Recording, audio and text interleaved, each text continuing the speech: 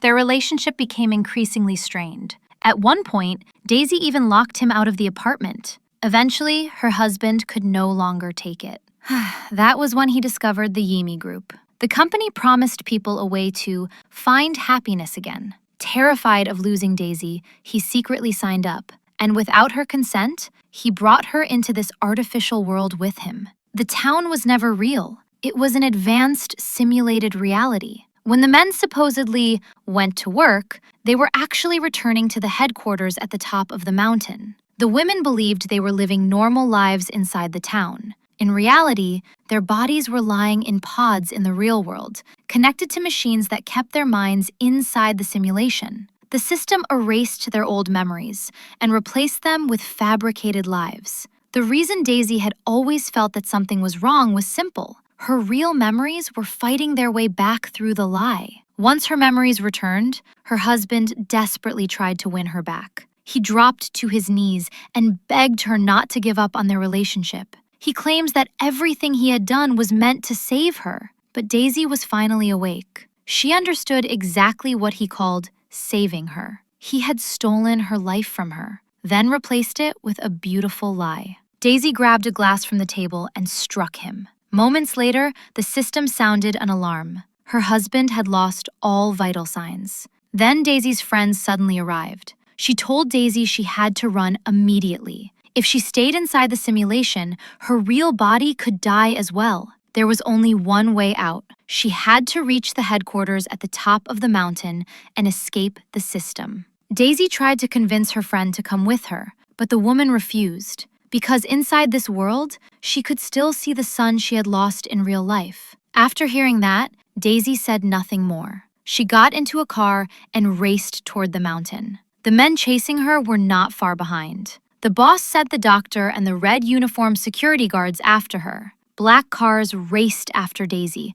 refusing to let her escape. She slammed on the brakes several times, barely managing to shake them. Then her car crashed into a mound of dirt on the steep road. She had no choice but to abandon it and continue on foot. By the time Daisy finally reached the headquarters, she was almost completely exhausted. Freedom was only a few steps away. Then, her husband's face suddenly flashed through her mind. For one brief moment, all of her emotions nearly pulled her back into the life she had left behind. But this time, Daisy did not stop. She forced herself forward. She broke through the final barrier. And at last, she escaped from the world that had never been real in the first place. A woman is in the kitchen getting ready to cook when she casually picks up a carton of eggs she just bought. She gives one a gentle squeeze. It is completely empty inside. She cannot believe it, so she checks the entire carton.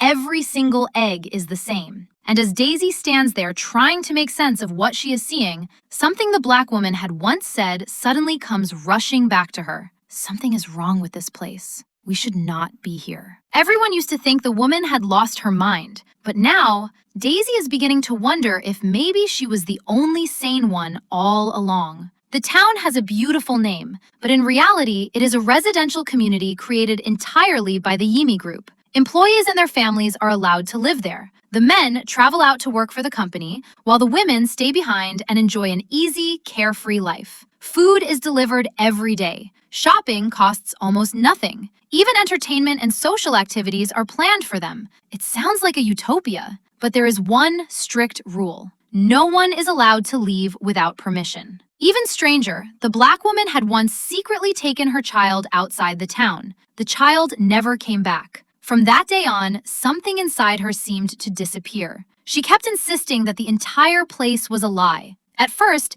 Daisy did not take her seriously. When she first moved there, she thought she had hit the jackpot. But the longer she stayed, the more strange things she began to notice. Her husband refused to say anything about his job. Every time Daisy asked what the company actually did, he hid behind the rules. He avoided every question as though even discussing his work might lead to serious trouble. Her friends warned her to stop asking questions. People who talked too much, they said, had a way of disappearing from this place. But by then, Daisy could not stop. One day, while hanging laundry outside, she noticed the black woman standing beside the road in the distance. The woman was clutching a toy tightly in her hand. At that moment, All of Daisy's suspicions exploded at once. She stared at the scale model of the town and suddenly had a dangerous idea. She was going to find out where her husband really went every day. So Daisy secretly boarded the bus heading toward the mountains, skipping her movement class entirely. Halfway there, she suddenly saw a plane in the distance.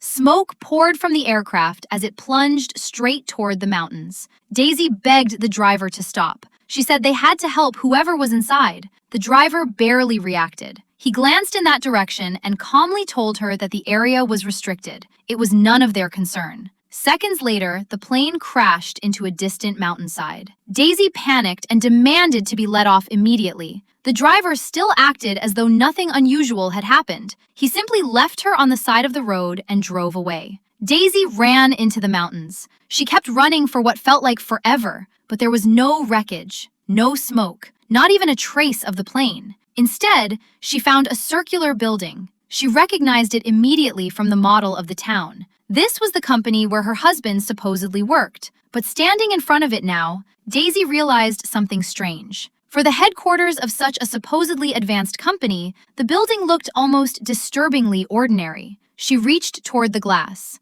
The instant her hand touched it, a red light flashed. Her vision shattered. Fragments of strange images flooded her mind. Then everything went black. When Daisy opened her eyes again, she was back home. And what frightened her even more was the sight of her husband frantically trying to prepare dinner. Something about the way he was moving felt wrong. It looked as though he had just been through something himself. Daisy told him everything that had happened in the mountains and demanded an explanation. Her husband insisted that she had only had a nightmare. She was exhausted, he said. She needed to stop overthinking things. Daisy stopped arguing, but she no longer believed him. The next day, things became even stranger. As usual, Daisy saw her husband off to work and then began cleaning the house. A short while later, the wall behind her suddenly started moving. It slowly closed in on her, as though the house itself were trying to crush her alive. Daisy struggled in terror. Then, just as suddenly, the wall returned to normal. Still shaking, she reached out and touched the glass.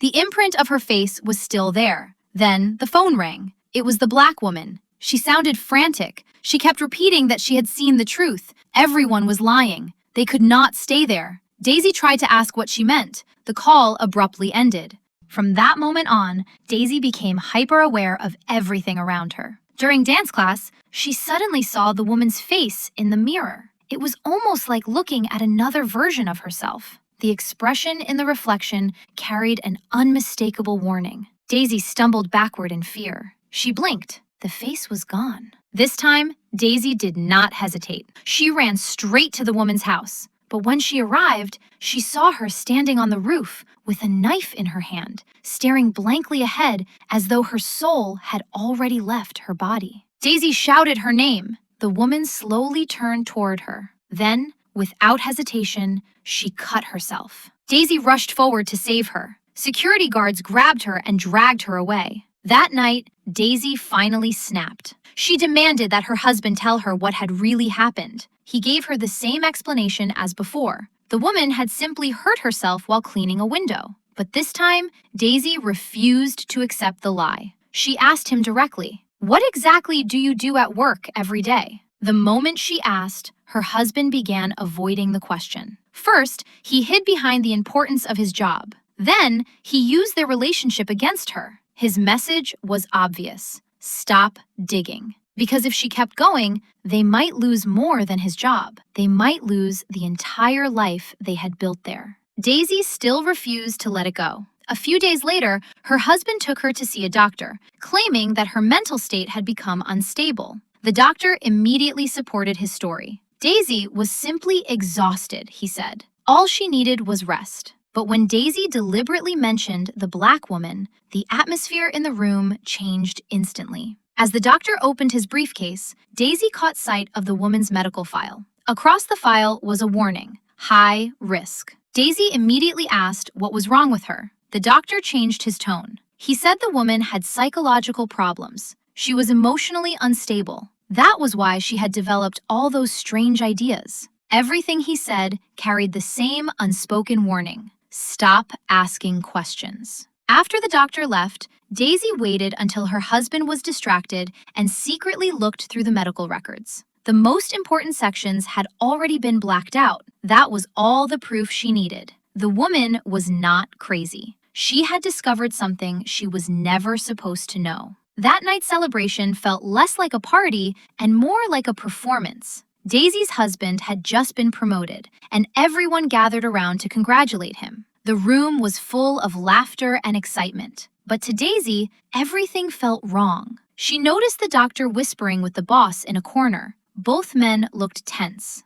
Daisy wanted to leave. Her friend told her not to ruin the evening. In fact, she suggested that Daisy was the one behaving strangely. That was when Daisy finally understood how this town worked. The moment you started asking questions, everyone else started treating you like the problem. Later, the boss personally came to their house for a visit. On the surface, he was there to congratulate Daisy's husband. But Daisy knew better. He was there to warn her. She saw it in his eyes. And that only convinced her further that she was getting dangerously close to the truth. So during dinner, Daisy finally confronted everyone. She asked the couple sitting around the table how they had met, how they had fallen in love. Their answers were bizarre. Almost all of them told nearly identical stories. Even the smallest details sounded rehearsed. The entire dinner exploded into chaos. The boss immediately accused Daisy of breaking the rules. He reminded everyone that she had already behaved irrationally when she jumped off the bus days earlier. One by one, everyone turned against her. Suddenly, Daisy was the troublemaker. Daisy finally realized what was happening. This was not a conversation. It was a hunt. The boss was deliberately painting her as mentally unstable so that no one would believe anything she said. Desperate, Daisy begged her husband to leave with her. At first, he agreed. But when the two finally got into the car that night, he changed his mind. He could not give up the life he had here. More importantly, he could not give up the future the company had promised him. Then the security guards in red appeared. They dragged Daisy from the car. She woke up strapped to a hospital bed with a strange device attached to her head. And that was when all the memories that had been buried inside her came flooding back. Daisy had really been a doctor. She worked exhausting hours and barely had any time for herself. Her husband, meanwhile, spent his days doing almost nothing. He sat around at home, obsessed with the internet, while their life slowly fell apart.